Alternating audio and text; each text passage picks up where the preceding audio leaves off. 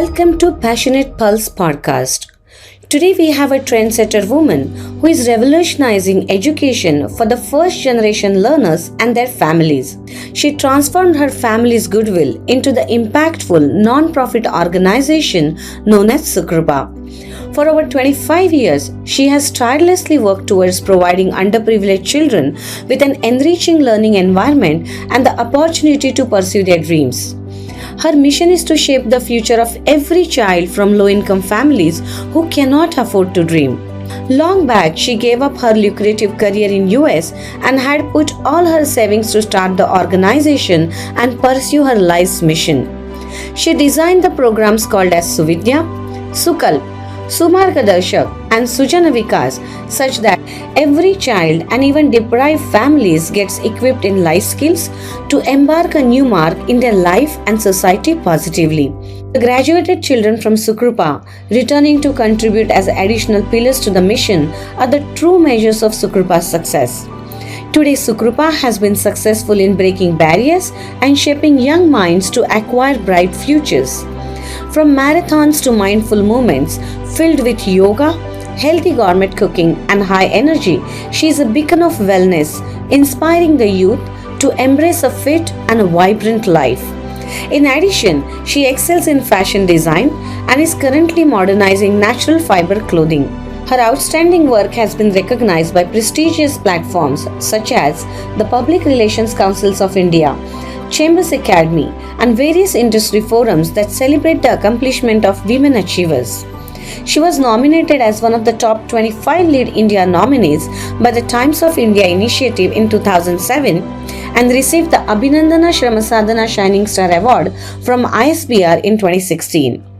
Adding to her accolades, she became the first runner-up in Mrs. USA International's pageant in 2018-19, acknowledging her significant contribution in uplifting society. Please join us in welcoming the compassionate, dedicated, and vibrant diva Krupalatha Martin Daas on our show today.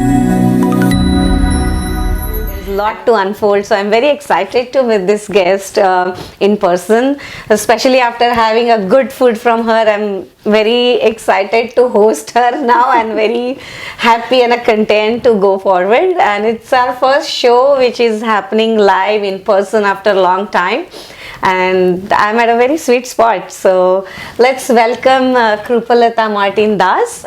She's here with us and her organization is SuKrupa. She's doing a phenomenal job by sitting in Bay Area but operating the entire non-profit in India. She's halfway living here and there, but at the same time she's working constantly with the India clock, and let's see what she has to open up for us, and love to welcome you on this platform. Namaskar, Pranali, and hi.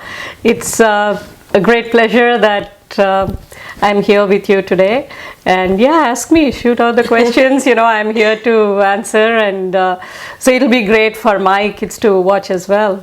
Yeah. So being a teacher since 3-year-old, I believe, how was your journey like to bring SuKrupa to this life? I've had an extraordinary childhood, I should say. So my parents have been always like advocates of education. My dad used to bring 10th fail students to the house to help them finish 10th grade and get them an apprenticeship in some of the factories back in the 70s. Okay. And my mom, being a homemaker, she made me read and write when I was about 3 years old. So I was reading Chandamama books when I was 3 years old, and my neighbors would come and see me. And then the fun part was they all would ask me to write their names on the wall.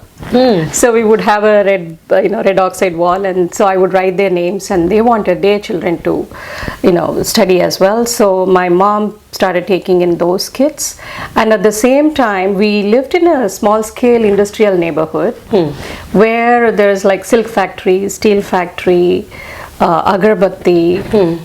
So most of the parents worked in the factories, and when both the parents are working and when children come from school, they really didn't have much to eat, and they would play, get tired, and forget to finish homework. Next day they won't go to school because they would get caned, so they were afraid of getting caned and they would drop out of school. So that's when my mom, she would take all of these kids who are playing on the street, bring them home, give them something to eat, and then we all would sit and study together. So I would always be a leader. If two of them would speak, I would write their names. So that's how my childhood started. And then when I was in 8th grade, I started teaching 7th grade like full time. My brother, we have 2 years difference. He was in 6th grade and he would teach 5th grade. And then when my sister came along, my sister and I, we have 8 years difference. And so her classmates, their moms, they saw my sister was first in the class, so they wanted their children to study with my mom. So at one point when we were in high school and college, we had 150 kids come home to study. Wow. So we were very well known in the community in Magadi Road, Bangalore, for teaching, and my mom was called Miss. And so it was such a amazing childhood, that's why I always say it's an extraordinary childhood. I would take them to picnics, we would have like big plays and sports. So we literally ran like a mini school at home. So if you ask me how we were able to teach, every year after this examination ends, final year, final exam finishes, like say I'm in 5th grade, I finish my 5th grade exam, my dad would bring the 6th grade books because next day is summer holiday starts, but then he would bring us books and then he would kind of create a schedule for us so that we would study at least 2 hours every day. Oh my God. During summer. So by the end of summer, my brother and I, we would have finished the textbooks. And then throughout the year, like we would be teaching other kids in the school and at home. Wow. So we both were always first in the class. So it was much easier because my parents never like we never sat and sometimes the parents are sitting and forcing the kids to do the homework, study. Right. We never had anything like that, and we were very happy to study and we were very happy to teach. All our conversation used to be on education. So this is the background. But the flip side of where we grew up is most of the teenagers, they would drop out of school. Girls would get married when they are about 15. As soon as they finish 10th grade, they would get married, and the first thing after you get married is have a kid. And then some of the boys, they wouldn't even finish high school. So they will drop out, and from there life is only downside. So when I have seen some of my friends in that bad situation, I was about 16 years old. I was very sad for like a couple weeks and tried to find out why they are going through like this. It's also the background, the parents don't have proper job and mothers are working as house help. There are more kids at home, 4 kids or 7 kids, 6 kids, something like that. And there is nobody to guide them. Right. So when they don't have anybody like that, whatever comes their way, they'll take it up and they'll move in that direction. And they don't really do well. And sometimes it's worse. Sometimes they won't know how to handle life and they'll end life. Right. So it was like very sad, and I just promised myself when I retire, I'll start a boys' home. But life takes you finish your college and you get into a job, and then takes you different places, and life happens. So then you just kind of I can't say you forget until something reminds you of your promise to yourself. Right. So that's how I started SuKrupa after that.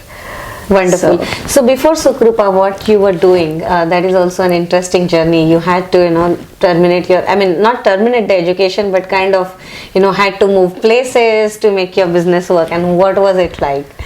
So after my college, it's like I always wanted to be an entrepreneur. I said to myself, I will not work for the government. But now today you ask me, I wish somebody had pushed me and said, you should become an IAS officer. You can become one. But then back then, I wanted to be independent. Somehow, somewhere in my head, I always wanted to have something my own.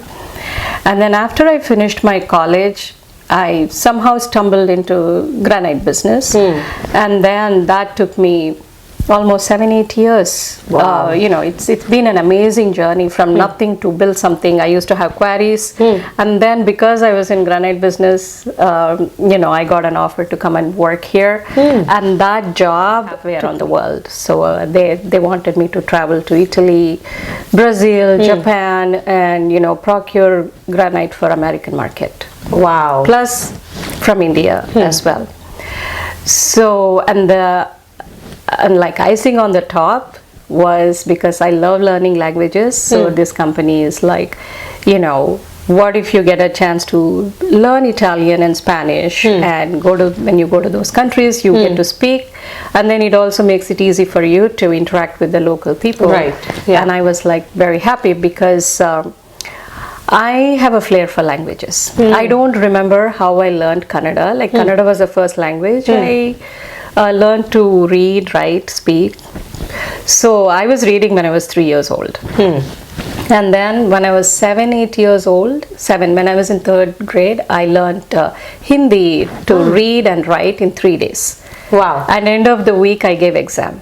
Wow. And then when I was in 5th grade, I had to switch from Kannada medium to English medium, and half my class were from Tamil medium. So I was like an outcast because there's always a Kannada Tamil difference. And so I made it a point that summer I learned Tamil. Oh my God. And I learned Tamil in one day to read and write.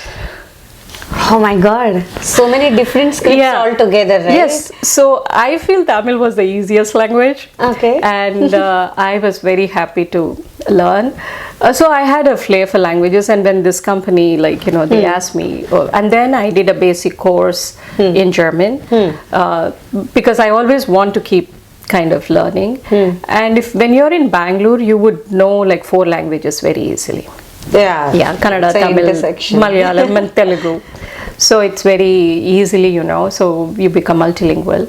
And then I said, why not? Somebody is paying for me to study the language and travel, So I just took that opportunity and I traveled, and that was an amazing experience. Wow. So how many languages do you really know now? No, I have not practiced the languages. Yeah, but still, you can but get a back gist of then, it. I mean, I can say I have like a basic understanding of Italian, Spanish, a little bit of Japanese. Okay. It's kind of hard. French, German. So these I can kind of understand because once you know Sanskrit, so understanding different languages is very easy. Like, it's like, for example, German language has the basic of Sanskrit, the grammar, they share the same grammar. And so, like, I had a chance to learn Sanskrit when I was in 8th grade. So that is like... That build the best. Yeah. So wonderful. I really love learning languages, and I mean, hopefully someday, like even now, if I get a chance to stay in some other country for like 6 to 8 weeks, probably I would pick up another language. Wow. Hats off to you on that. Thank you. Yeah, so maybe like 10 to 12 languages you already know, including the Indian region. Which I'm not practicing anymore, but if I practice, probably I'll pick up fast. Wow. Yeah. Wow. That is one of my passion, like my cooking. Learning language is another passion. Wow. So when you started SuKrupa, it was a small family project. Your mom had asked something, and then you said, okay, why not? We can do this and that. And then from there, the homegrown or the family intention to the actual structural organization. How was this path look like to you? So, like I was mentioning, we grew up in the small-scale industrial neighborhood, and after that we shifted homes. Like we moved into our own house in different neighborhood. And then my mom, like, we had to kind of quit what we were doing for so many years, and then my mom was like kind of, she wanted to do something more. So by then I was in the US. So I'm like, I'm earning now, you do whatever you want to do, and I'll support. So it was 98, 99 and 2000. So I was here and I was like kind of sending a little bit of money, and my mom stumbled on a group of kids who were from a very low income community. And when she found out they were not going to school, some were school dropouts, but they would come in like Saturdays and Sundays to play with her. And so when she gave a book, they couldn't read. So we would I would listen to this story every day. And then in 2002, actually, I went home, went to Bangalore on vacation. So because I was so eagerly waiting to see the kids, I spent like 4 weekends with the kids. Okay. God, amazing, those bright eyes and the desire for life, so smart. And I just said, I'm an entrepreneur. I'm setting up businesses for different people. I'm setting up warehouses for salespeople in the US. It's been nice. And then you're also like thinking, I had my dream, I had my promise. And so when I went for a vacation, it just fitted so well. I extended my vacation. I was going to buy a property. I had some money, so the same money I just invested, and I started my organization. Wow. On a vacation, I just started, and then I didn't come back to the US. Oh, for how long? For 3 years. Wow. So prior to starting the organization, the way it happened, so October of 2001, during the fall, I was driving from Jersey to Philly. So it was, during the fall color in the it's amazing, so especially East Coast is, so beautiful. And I was driving on the freeway listening to symphony music, and I'm like, how did I end up here in this beautiful place? Because I come from Magdi Road, industrial neighborhood, not a clean neighborhood, and then it's a very polluted. It's because it's industries, right? Right. So it's a lot of pollution. You can smoke and water, whatever. And at the same time, Magdi Road also had a alcohol shop. Oh. Where most of the men and adults, they would drink and bring a lot of problem into the families. Right. Alcohol was a very big problem. And I'm here, I'm driving, seeing these beautiful mountains. During the fall, I'm like, wow, what brought me here? And suddenly everything transformed, right? I am thinking about where I grew up and my school days and my classmates who never had the opportunity to go to college. They just would get married when they are 15, and by 16 they had kids. And some of the boys who really didn't do well at all in their life. So all of that came into my thoughts, and I'm like, I have to do something about it.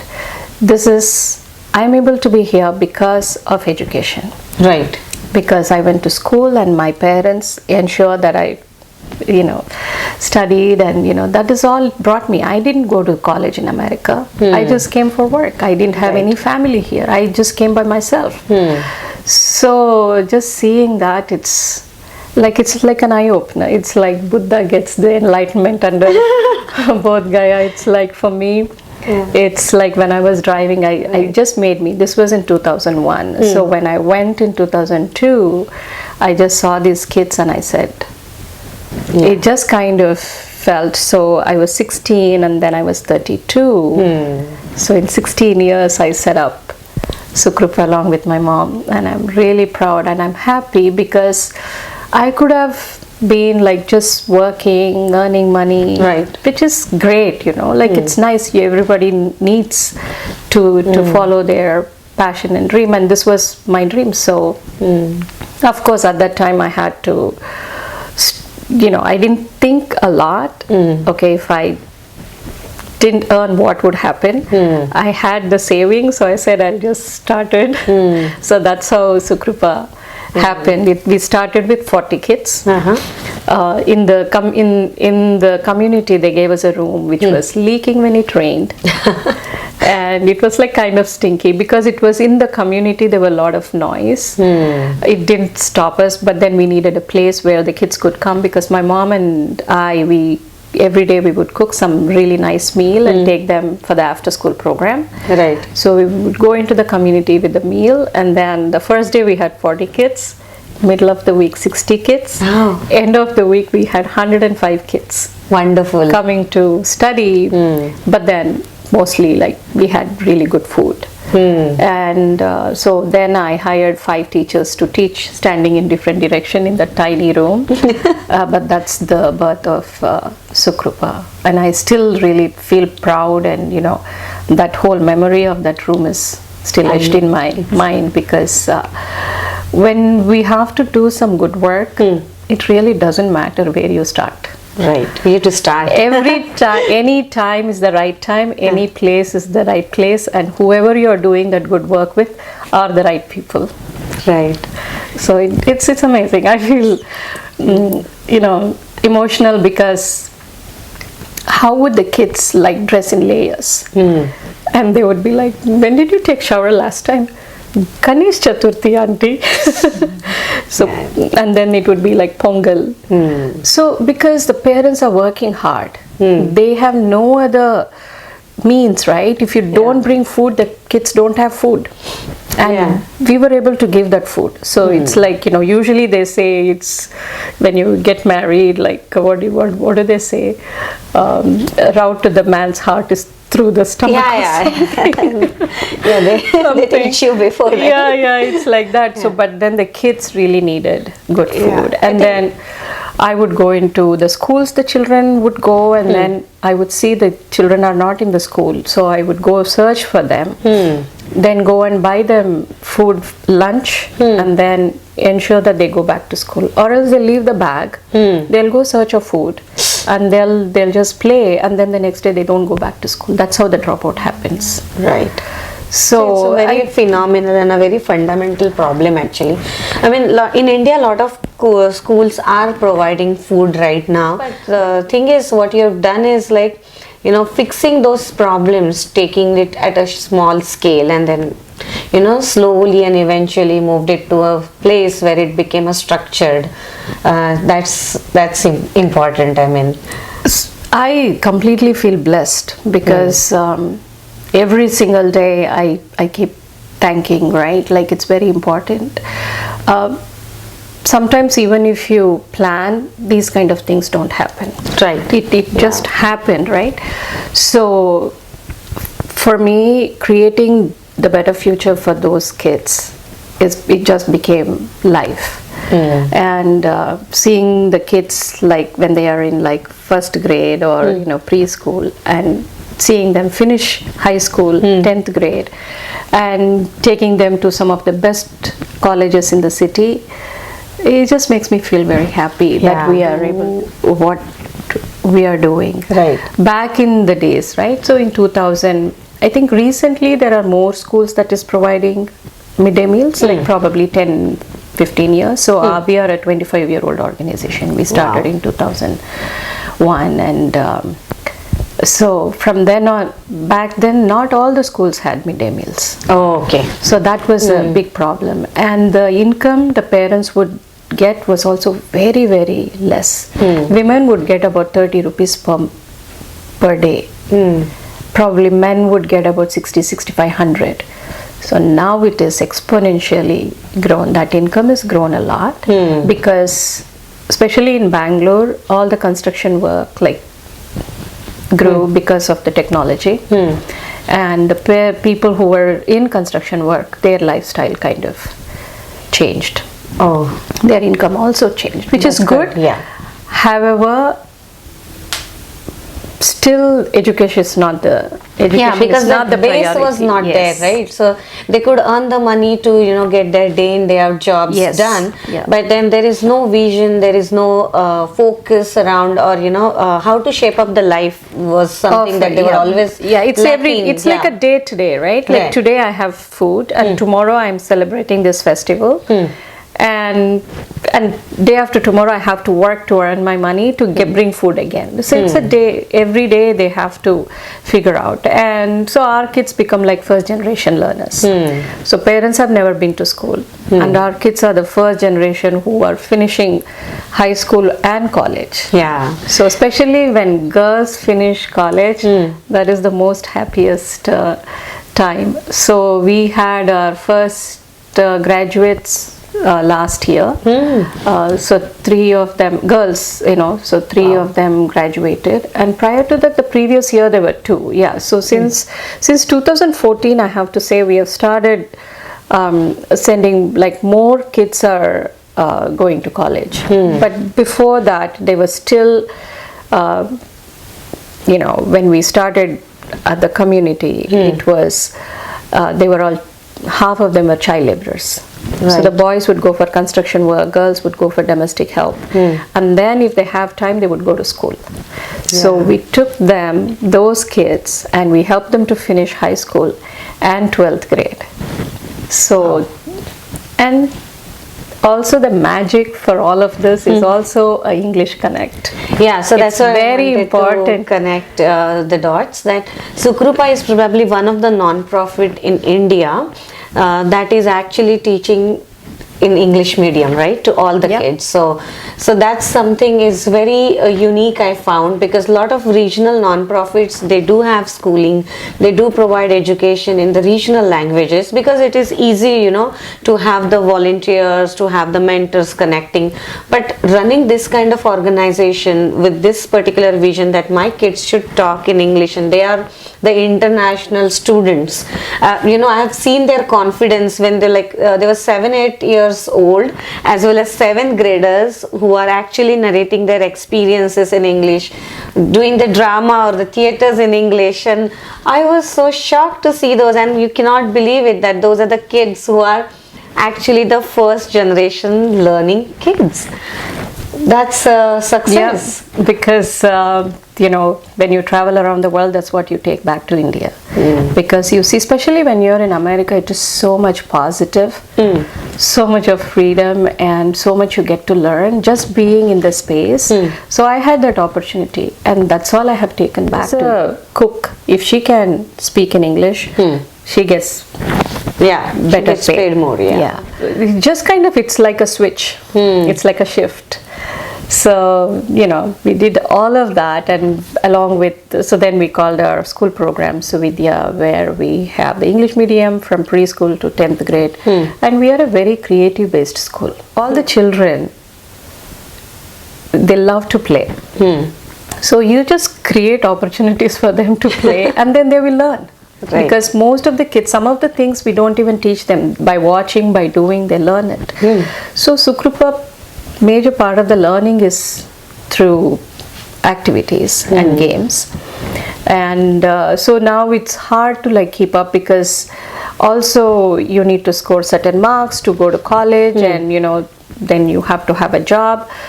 So we need to kind of find a balance how we can continue to include our creative learning method and the regular, we do have memorizing and all of that, but we kind of do a integrated method of learning in the school.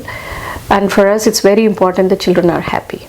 I've seen so many faces. So children being happy is very important, and the values. So for me personally, I just follow Mahatma Gandhi for a truth.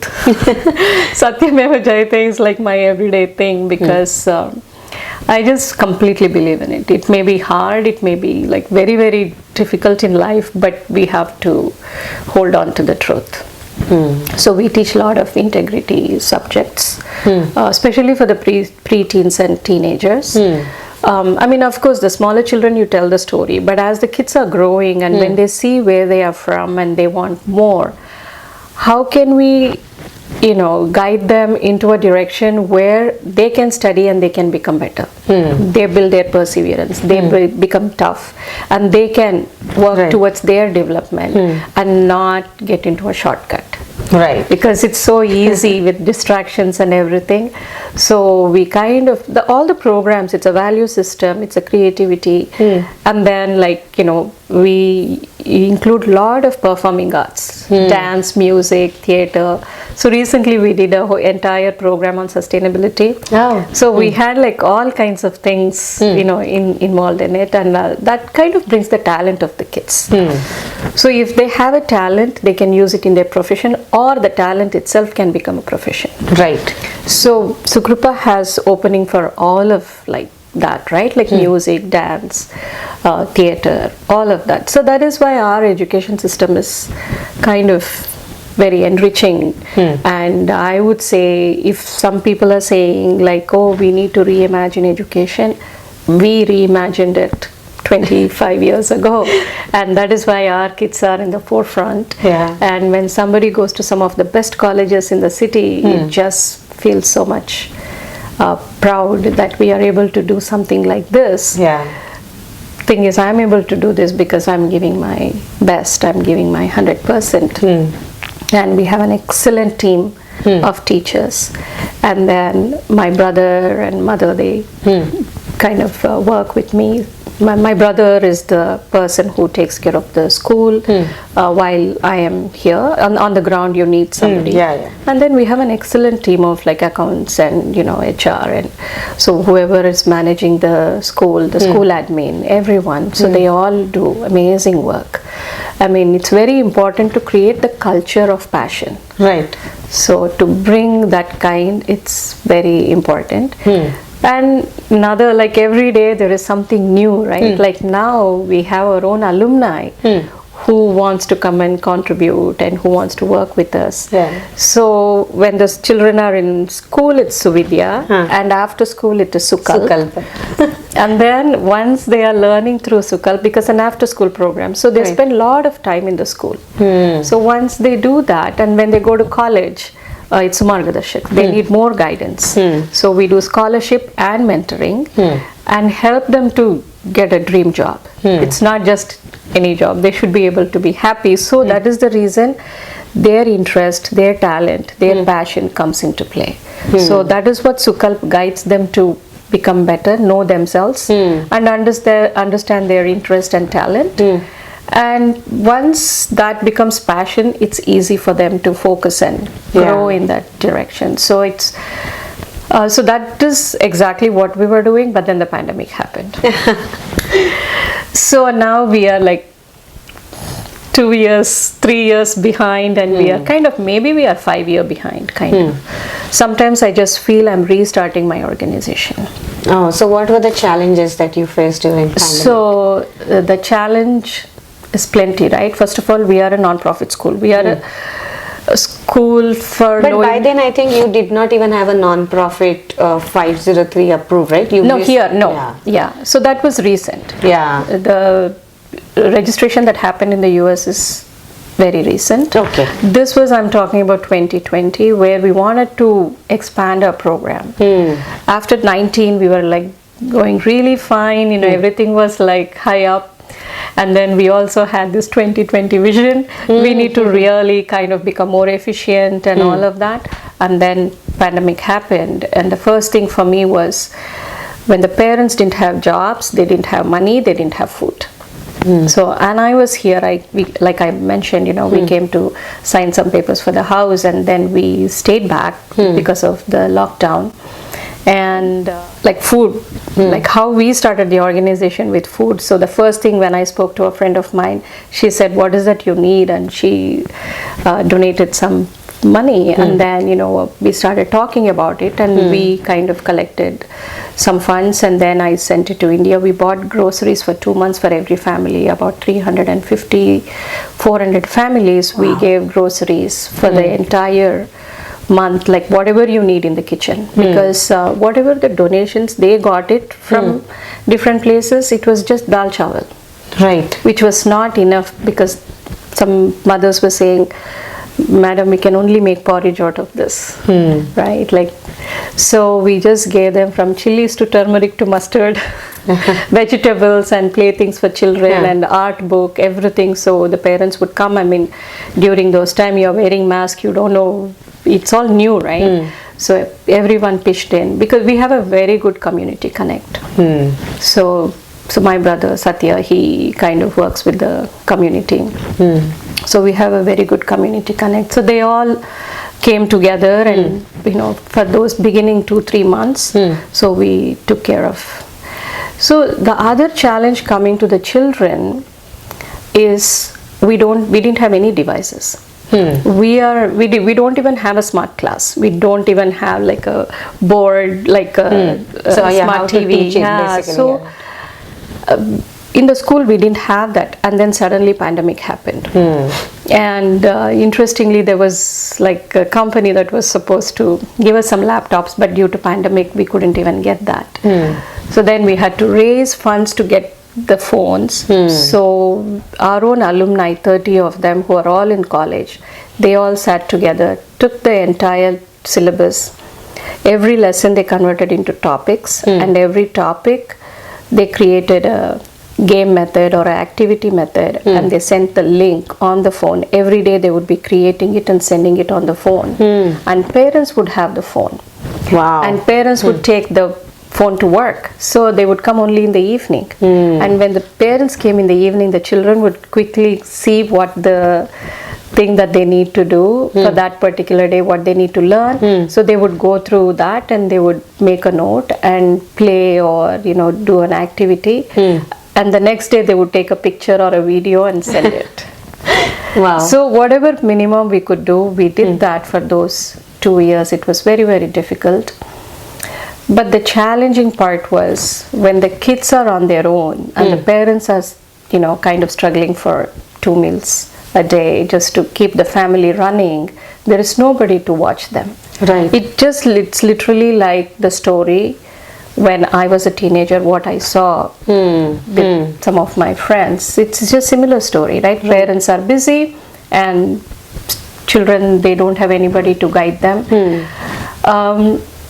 Also, you have the smartphone. So you have the world in your hand. So what can I say? Where should I start? What kind of problems we have? It's multiple folds, and the distraction is immense. Unimaginable distraction for especially the early teenage kids, right? They don't know, they are just trying to understand themselves, and suddenly all of this happens. So now this year we have recruited a counselor, a full-time counselor for the children. And we are trying to keep all the kids like more busy and more occupied, and we have included more sports programs, sports and games. So hopefully all of this should help. So girls, most of the time the girls do really well, but then we need to guide the girls to we want more mentors to help the girls to kind of show them how education can make the transformation of life. It's yes, you should get married, it's important part of life, but beyond that, you are somebody, you are who you are, and you need to know, you need to do something for yourself. So we need more mentors for our college girls and even the high school girls, because when you go back to the family, it's like I just still feel like even girls coming from the villages, marriage is one of the very high priority. The sooner they get married, it's better for the parents. So it's kind of in a way it's unfortunate, but my challenge has been how do we keep working towards, because once a girl gets educated, so the whole family gets uplifted. It's easy. It's like a fix, right? You turn on switch, it is like that. So I believe a lot in the girls. So hope we get more and more girls finishing college. And last year, one of the girls finished her BCom from one of the best colleges, and now she's working with McKinsey. Wow. Yeah. And we have another kid who finished BA from another big college, and he was with Velocity, and now he's with Salesforce. Wow. So he's in a creative space. So slowly things are happening, and we want, the more alumni, it's better for SuKrupa. So we need to keep the college program going, and we need to create more internships for the students. And the more companies collaborating will help them to reach to the future jobs, right? Like now already the jobs and it's changing every day as we speak. So how do we get our kids who are first generation learners, parents have never been to school and they don't have all the facilities, how do we get them to kind of be part of this, unfortunately, the race where they can get a job and have a comfortable life and have a better future, so they can contribute, right? So we need more people to come forward to teach and train our youngsters to, get good jobs and the future jobs. There is plenty of jobs. How the way the job market is like transitioning and changing, we want more people to kind of support that. So when you say or give a call out to mentors or volunteers, so what kind of volunteers or the mentors that you're looking forward?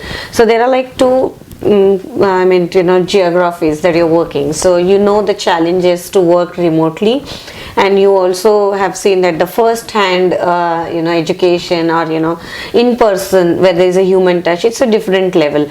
But then when you are opening the mentorship calls or the volunteers calls, so what kind of jobs that you think or people can help you remotely? Because now we stay here, we know that there are a lot of high school kids over here who actually are volunteering to various organizations, and they get the school credits also. So does in India and other countries.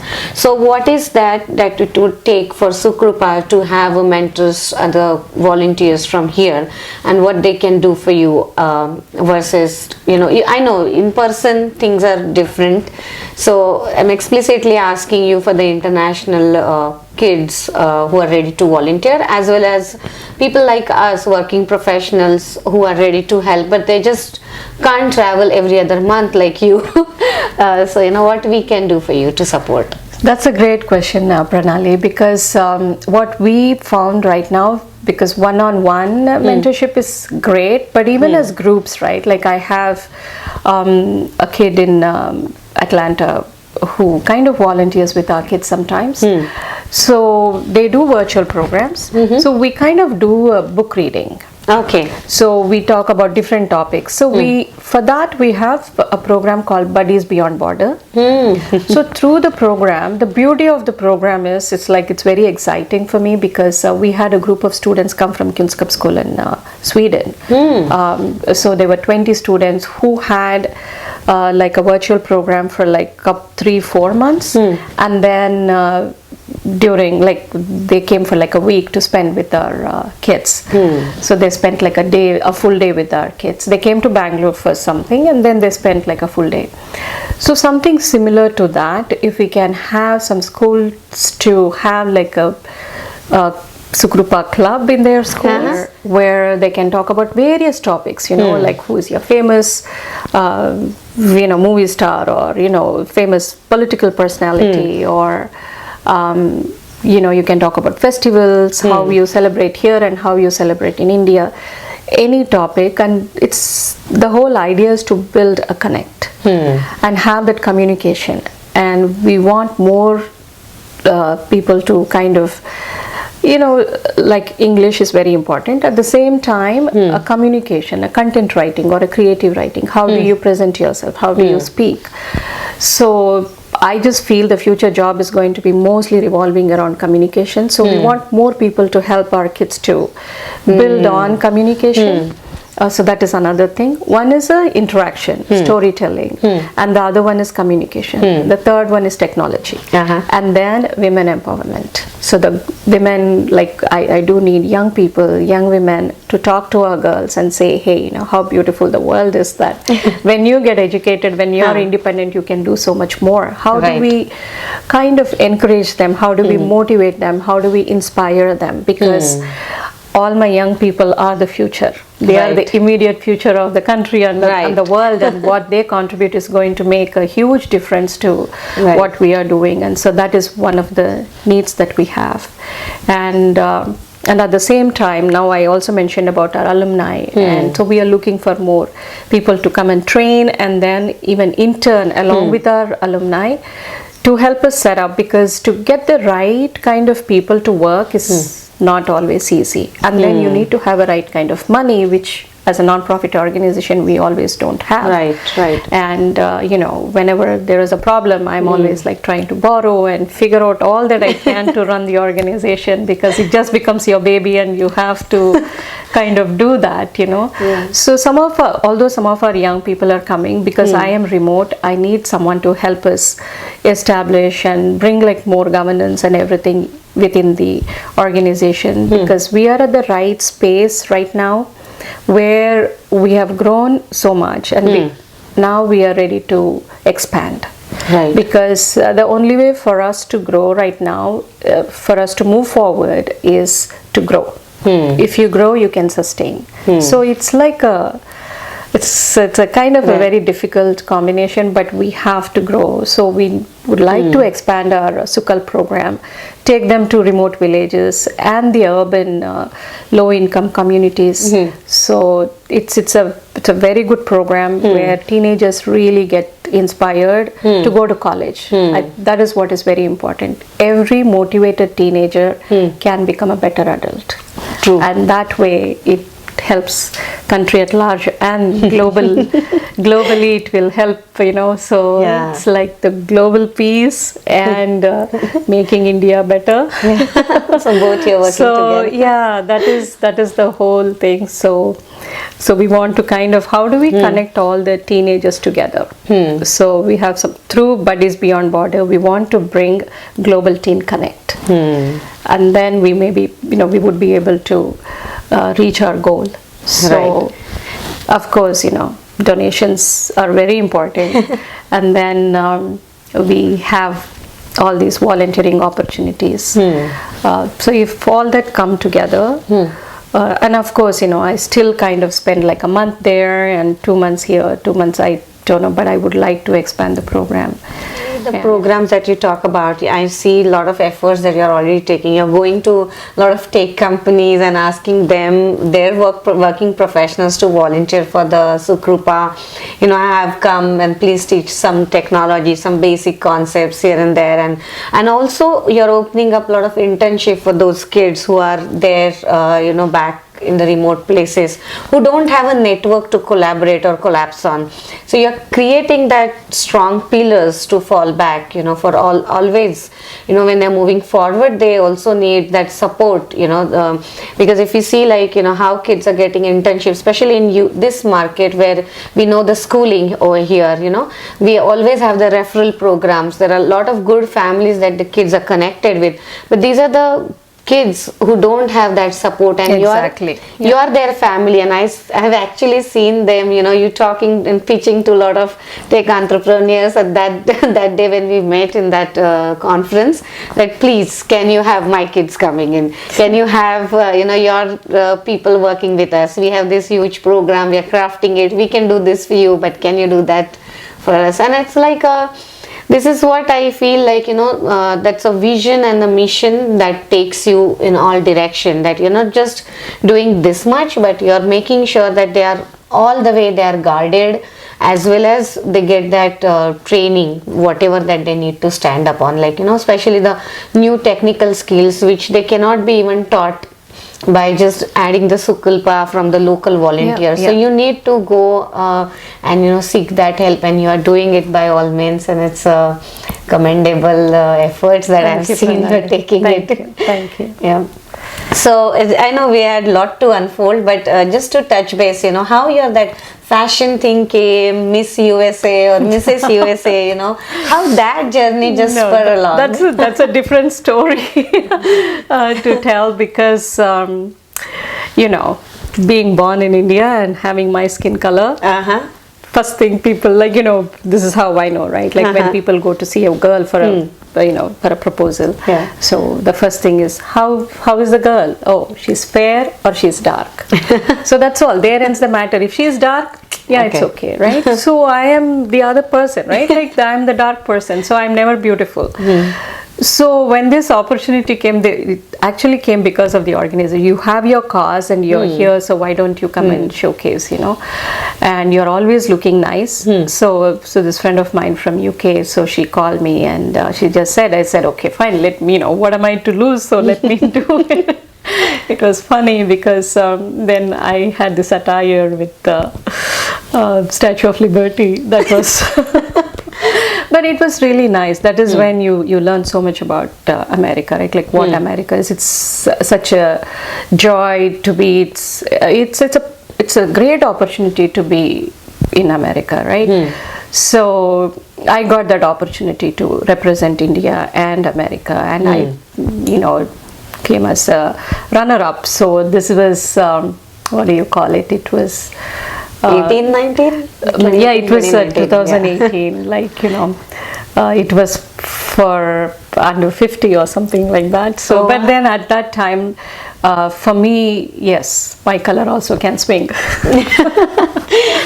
So it's not just the color. In America, it's not a color, right? Yeah. We are not like, but I know what you're thinking. No, back then when we were growing up, we all had those stigma attached with the colors, and now it is more diverse and inclusive. Everywhere that mission is going on, and people are trying to look beyond color and a lot of layers that everybody comes to. It's kind of, you learn, there have been days that, like when I was a teenager, I would go stand in front of the mirror like, is anything not right in my face, So, but the moment you smile, it kind of changes. Right. So you learn that. But then as a girl coming from a very conservative family, your parents are saying, like, or your mother is saying, don't laugh loud, you don't want, as a girl, as a daughter, you don't even want people to know that there is a daughter in the family. So it's kind of like that, you have to be quiet, you have to be, like that, very like a hide behind the curtain kind of. So, but then I was always in front of the curtain person. I'm like, no, if I have to be like that, what can I break to become who I am? Right. I'm not going to stand behind the curtain, peep and see who has come. I want to be part of that conversation. So that is how everything kind of panned out for me. And it's like, for everybody, it's there. So we have to make it happen. We are already here. We are already born here. We are already, the world is here. So we need to make our place. And I just feel everyone has the right, we all have the right, the right way. My only thing is, for me, I work hard and I have great integrity, and like I said, Satyameva Jayate, that's my mantra for life. So you're honest, you can do anything. So be honest and hardworking and get through. So wherever it needs to be given, give your best. So if you, we can get through by cutting short. Right. So if I have to ask you about, now that you're working with a lot of teenagers, pre-teenagers, kids also, so what is that one advice that you like to give to the young generation or the youth, who is especially in the teens, because you have seen their challenges, you have seen the technology, how accessible that they are with, and what ill effects it can cause. You have actually personally experienced with your school kids. So what is that advice that you like to give to the teenagers? I mean, overall, I think they all have the same frame of mind. Same. I mean, if you don't have a cell phone, there is like, that's the end of the world. I mean, literally, it has affected so many families because of the smartphone. But then the smartphone doesn't make you smart, actually, because you're depending on the phone for everything. It takes you away from family, it takes you away from friends, and then it takes you away from your journey of education also, because it may look like a shortcut. Okay, you get the information, but you're not really learning. So my advice to preteens: wait till little longer to use the phone, and then part of the cyber security and what the cyber crime that is happening, they need to be very, very, very careful, how they are using the social media. Right. So because this could be like a make or a break for somebody, right? So, so where nobody can be watching over. So the children have to be educated, and they need to take a stand and say, hey, I want only this and this. We need to kind of create more learning around what is for kids we teach good touch, bad touch, like that. Having the smartphone, so what is the next step, right? And then, like I was saying, there is no shortcut to hard work, no shortcut for success, and honesty. Yeah, whatever the problem you have, if you're open about it, there'll be 1,000 doors that will open to solve your problem. Yeah. And then to live a life with integrity. I feel when we have integrity, we can enjoy the freedom and liberty to the maximum. So, because when you're honest, you're not answerable to anyone. So you're not what do you call it? When you're honest, you need not be afraid of anything. So I think that is a bigger liberation for me, what I have learned in my life. And with so much of changes that is happening in everyday technology and everyday life and career, I think the teenagers are a future. And now every time I talk about young people, in a way they have figured it out all. But these are like simple things. They know so much more than what we used to know at our age. So, but this is one thing, if they can be careful, so they can achieve a lot. Yeah, I think that's a wonderful advice. Thanks, Krupa, for having us at your office, and especially your home. Actually, it's an office, home, everything for you, and giving us an opportunity to bring up the SuKrupa story, and showing that what somebody, if they're driven to work towards some cause, how much it takes to be there, and every day there are different challenges to go through, but you're still standing tall with all of it, because your mission, your passion, everything you want to align, and you're like putting your efforts in that direction to make every day work for you. I think this is the lesson that I will take home when I'll go back, that whatever I'll do, I'll make sure that every day is a new day, and I have to make sure that day gets successful, and go again, drive into unknowns, and see how you can bring up the solutions.